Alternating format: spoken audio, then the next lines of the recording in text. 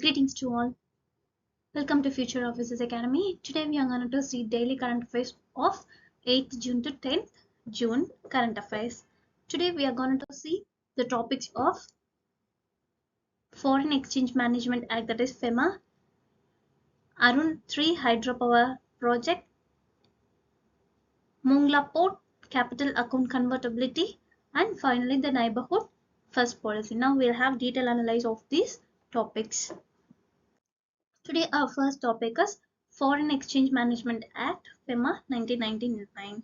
So FEMA came into the force on June 1, 2000 as a successor to the Foreign Exchange Regulation Act or FERA of 1973 with changing economic conditions in post-liberalization of India. The main objective of FEMA is to facilitate external trade and payments and promote the orderly development and maintenance of the foreign exchange market in India.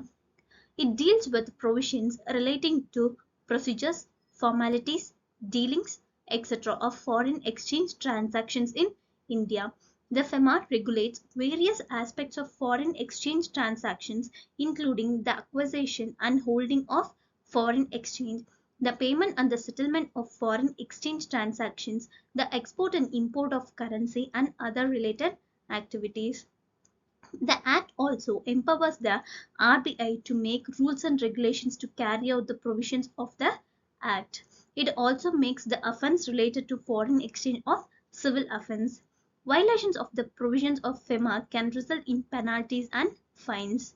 Its head office is known as Enforcement Directorate, that is ED, and it is situated in Delhi.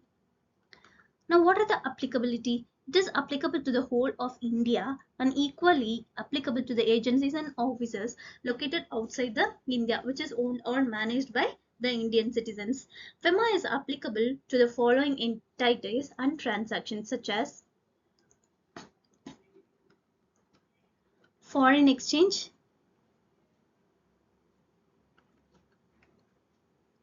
foreign security, third,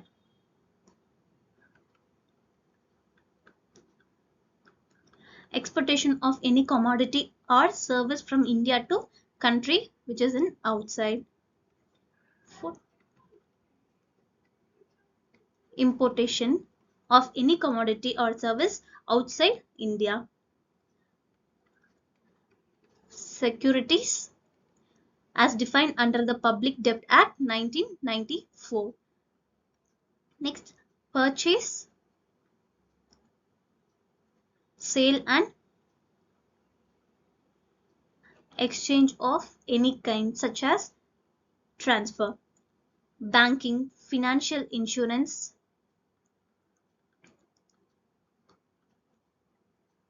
and service also comes under this. Also, any overseas company owned by NRI and the owners is also 60% or more. Also, the any citizen of India residing in the country or outside, that is NRI. It envisages that the RBI shall have been controlling role in the management of foreign exchange.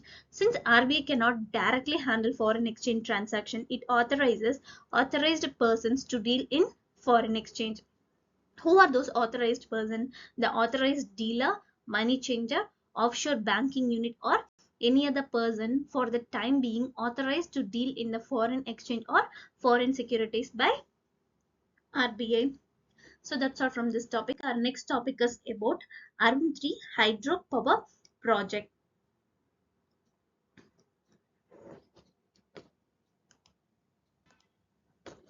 It is a 900 MV run-of-the-water hydropower project being constructed on Arun River in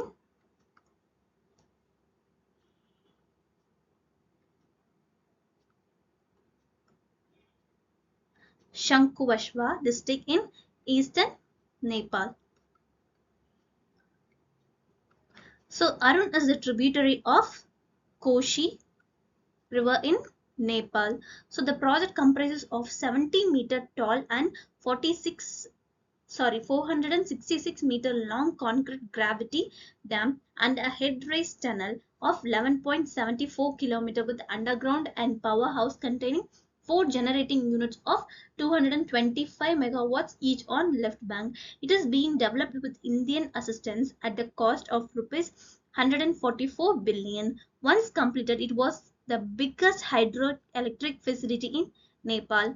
It is being developed on a build, own, operate and transfer, that is BOOT basis by Sutlej Jal Vidyut Nigam Arun 3 Power Development Company, a joint venture of Government of India and Government of Himachal Pradesh. Here, this SAPDC, that is Sutlej Jal Vidyut Nigam Arun 3 Power Development Company. It will operate the facilitate the period of 25 years, excluding the construction period of 5 years before transferring ownership to Nepal government. Nepal will receive 21.9% of electricity generated at the power plant as free power during this initial 25 years of commercial operations. The output from the power plant will be transferred to Muzaffar in India through 317-kilometer long and 400 kilowatts double circuit transmission line. So that's all from this topic. Our next topic is Mongla Port. The port of Mongla is located in the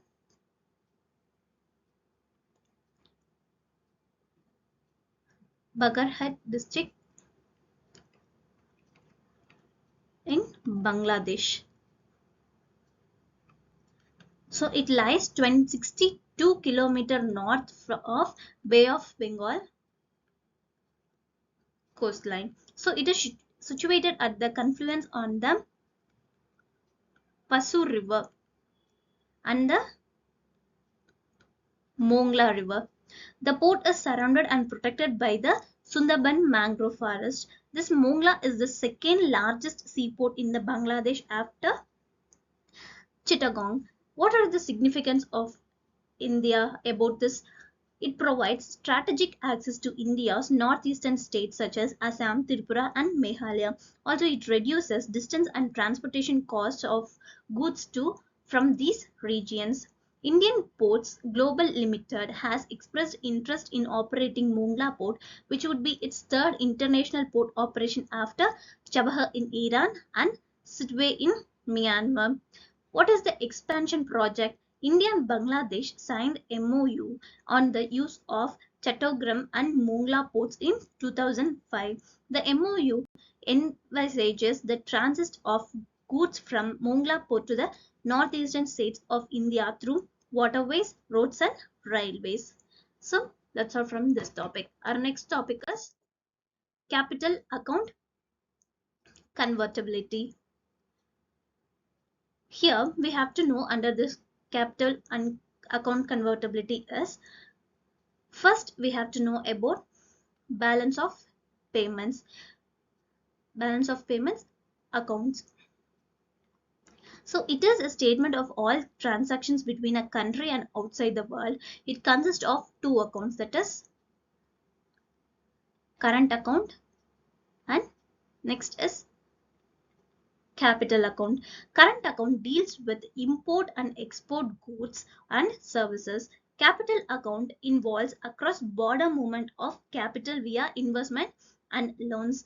Now we have to know about current account convertibility.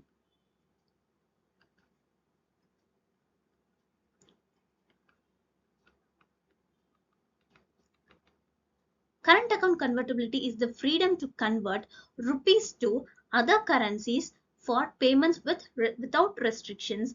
Now the capital account convertibility, freedom to conduct investment transactions without constraints, no limits on converting rupees to foreign currencies for asset acquisition, also no limits on NRIs bringing in foreign currency to acquire assets. Now why it is important, this capital account convertibility? Caution in developing countries, inflows and outflows of capital are volatile, can cause excessive currency appreciation or depreciation and impact monetary and financial stability. Now, what is the progress in India? Partial capital account convertibility is achieved. India's cautiousness approach in opening its capital account was praised after the 1997 East Asian currency crisis revealed issues with high current account imbalance and volatile short-term capital flows. The 2006 SS Tarapur Committee report highlighted that even countries with strong physical positions could face currency crisis and rapid exchange rate deterioration. That's all from this topic. Our next topic is Child Nutrition Report 2024. This Child Nutrition Report 2024 was released by UNICEF. This is a global report examines the status, trends, inequalities, and drivers of food poverty in early childhood, including the impact of global and local food and nutrition crisis. The report focuses on low and middle income countries where most children living in child food poverty reside and on implications of child food poverty for undernutrition and poor development. UNICEF defines child food poverty as children's inability to access and consume a nutritious and a diverse diet in early childhood. That means it from the first 5 years of their life. Now, what are the highlights of this 2024 report? 1 in 4 children under age 5 around the world is experiencing severe food poverty and is vulnerable to life-threatening malnutrition. Over two-thirds of 181 million young children living in severe food poverty live in South Asia and Sub-Saharan African, with 20 countries accounting for 65% of the children living in severe food poverty. These countries are Afghanistan, Bangladesh, China, the Democratic Republic of the Congo, Egypt, Ethiopia, Ghana, India, Indonesia, Myanmar, Nigeria, Niger, Pakistan, the Philippines, Somalia, South Africa, Uganda, the United Republic of Tanzania, and the Yemen. So the report also found that children in both poor and non-poor households face severe food poverty. About half, 97 million of the children in severe food poverty live in middle and upper income households. With this, we have to know about what is UNICEF. It is United Nations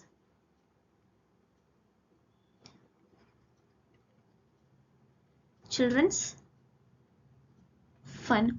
It was originally known as United Nations International Child's Emergency Fund, was created by United Nations General Assembly on December 11, 1946 to provide emergency food and health care for children and mothers in the countries that had been devastated by the World War II. In 1950, this UNICEF made was extended to address the long-term needs of children and women in developing countries everywhere. It works in over 190 countries and territories in the world's toughest places to reach the children and young people in greatest need. Also, UNICEF supports immunization programs for childhood diseases and programs to prevent the spread of HIV/AIDS. It also provides funding for health services, educational facilities, and other welfare services. So that's all from this topic. Our next topic is about neighborhood first policy.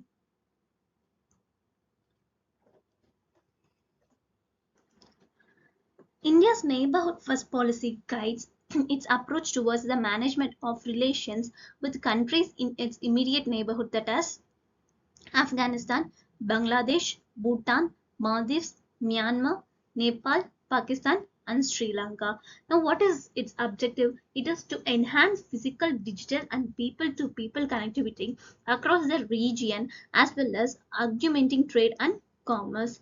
The policy prioritizes improving physical, digital, and people to people connectivity within the region while also boosting trade and commerce. Over time, the Neighborhood First policy has become a key institutional focus across various government departments responsible for managing relations and policies with our neighbors. The policy officially came to the beginning in 2008. Now, what are the significance of this policy? The significances are countering Chinese influence. Next, support multilateral forums.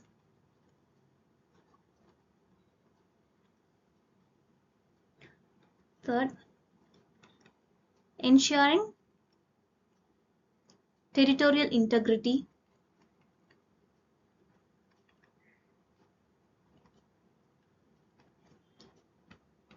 Fourth, increasing maritime security.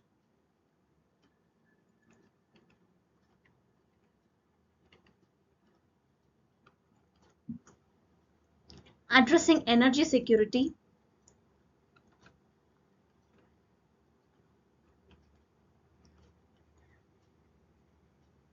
Bridging development deficits.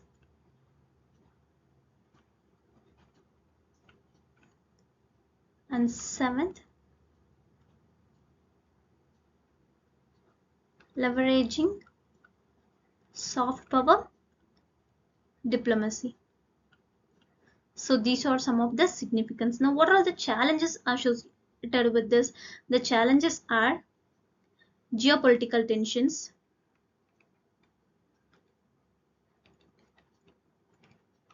next, implementation issues, third, economic difference.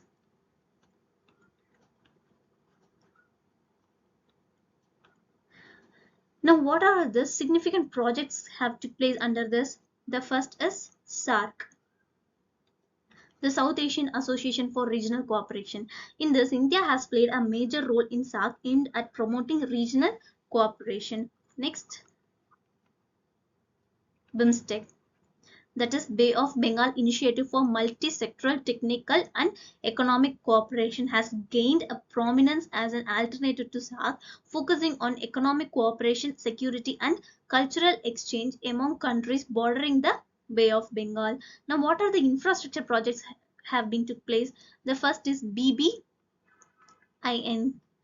that is Bangladesh, Bhutan, India, Nepal, improving road and rail connectivity. Next, Kaladan Multimode Transport Project, which connecting India with Myanmar and further with Southeast Asia. Next, Chabahar Port, developing a strategic port in Iran to improve connectivity with Afghanistan and Central Asia. Now, what are the bilateral ties? There are bilateral ties with different countries such as Bangladesh, Sri Lanka, Nepal, Maldives, and Seychelles, Bhutan, and Mauritius. So, that's all from this topic. And to read this document, you can visit our website. Our website link have been provided in the description. To get more daily current affairs videos, follow our YouTube channel, also our Telegram channel. Thank you.